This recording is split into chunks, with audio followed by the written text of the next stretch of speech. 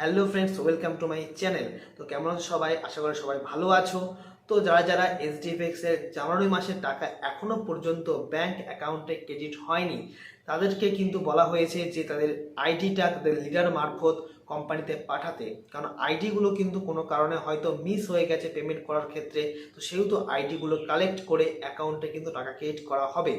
এবং আজকে হলো 5 তারিখ, আজকে হলো ফেব্রুয়ারি মাসের টাকা উইথড্র করার দিন। তো যেহেতু ফেব্রুয়ারি মাসের টাকা মার্চ মাসের 1-2 তারিখে উইথড্র অপশন খোলা হয়নি, তো সেহেতু 6, 7 এবং 8 তারিখ ওই অপশন খোলা থাকবে। এবং কোম্পানির বক্তব্য অনুযায়ী কোম্পানি 15 তারিখের মধ্যে প্রত্যেকের অ্যাকাউন্টে টাকা ক্রেডিট করে দেবে।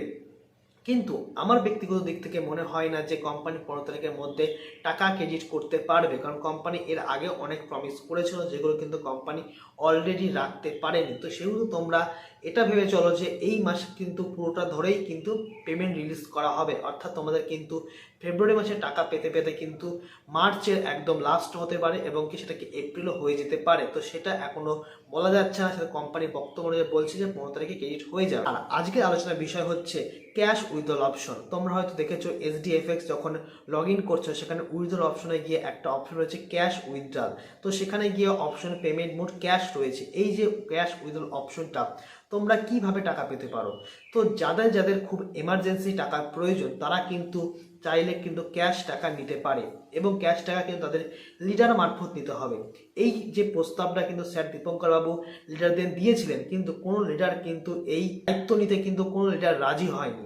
এটাই বলছে যে স্যার আপনি ব্যাংকের মাধ্যমে টাকা পেমেন্ট করুন, না হলে আমরা কারোর এত ক্যাশ টাকা দায়িত্ব নিতে পারবো না। কিন্তু যদি আজকে লিডাররা এই দায়িত্ব নিত, তাহলে কিন্তু প্রত্যেকে তাদের ডলারগুলো এক জায়গায় করে লিডাররা কিন্তু ক্যাশ টাকা কোম্পানি ঘর থেকে নিতে পারত।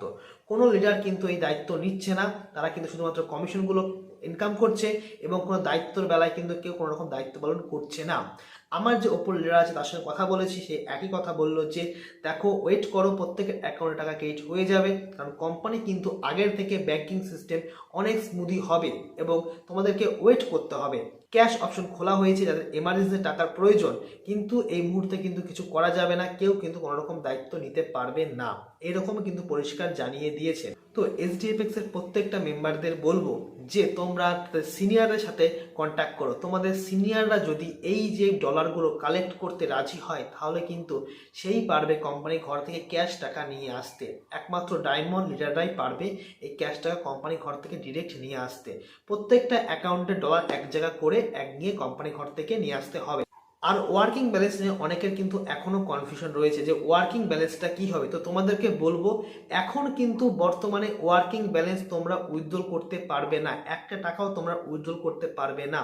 তোমাদের যে ওয়ার্কিং ব্যালেন্সটা রয়েছে সেটা শুধুমাত্র তোমাদের রেফারেলে কাজে লাগিয়ে তোমরা সেটাকে ইউজ করে টাকা ক্যাশ করতে পারবে, আর কিন্তু কোনো অপশন খোলা নেই।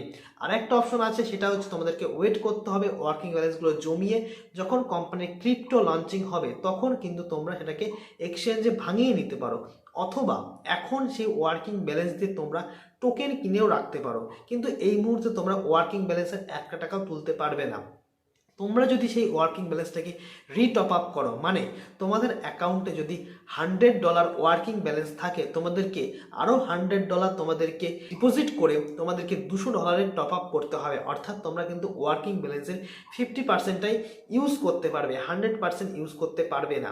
এবং ওয়ার্কিং ব্যালেন্স কিন্তু বলা হয়েছে যে এপ্রিল মাস থেকে নাকি জিনিসটাকে নর্মাল হয়ে যাবে, কিন্তু এক্সচেঞ্জে লিস্টেড না হওয়া পর্যন্ত কিন্তু এটা নর্মাল হবে না।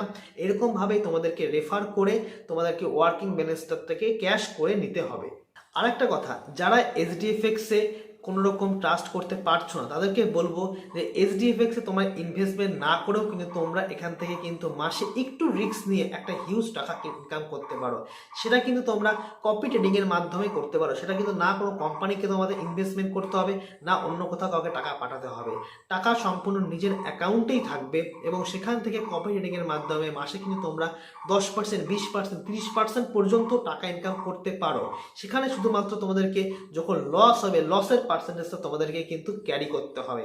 এটা কিন্তু একমাত্র সম্ভব অক্টাএফএক্সের মতো বহু কপি ট্রেডিং প্ল্যাটফর্ম আছে, যেখানটায় কিন্তু কাউকে টাকা না পাঠিয়ে তোমরা কিন্তু কপি ট্রেডিংয়ের মাধ্যমে টাকা ইনভেস্টমেন্ট করতে পারো। তো এই রিলেটেড একটা ফুল ভিডিও আমি তোমাদেরকে দেবো, কিভাবে তোমরা ইনভেস্টমেন্ট করতে পারো এবং সেটা কতটা সেভ অ্যান্ড সিকিওর। পুরো ভিডিওটা আমি তোমাদেরকে নেক্সট একটা সময় আপলোড করব।